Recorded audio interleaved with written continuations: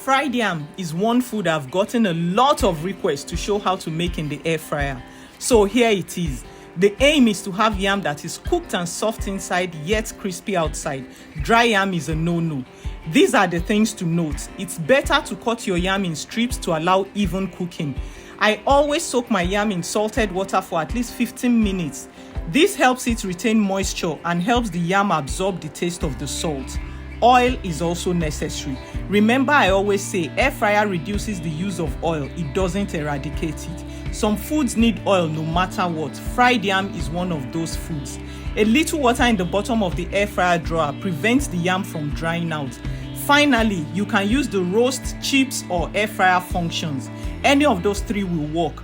10 minutes to the end, sprinkle a mix of oil and water all over the yam. I forgot to show that part. And that's it. Perfect air fried yam. Then you see that pepper sauce. Please make it. It's absolutely delicious. It will make your taste buds burst into hallelujah. One of my girls said you should be packaging and selling the sauce in Asha's storehouse. But now that I've showed you how to make it, you can be making it yourself anytime you want.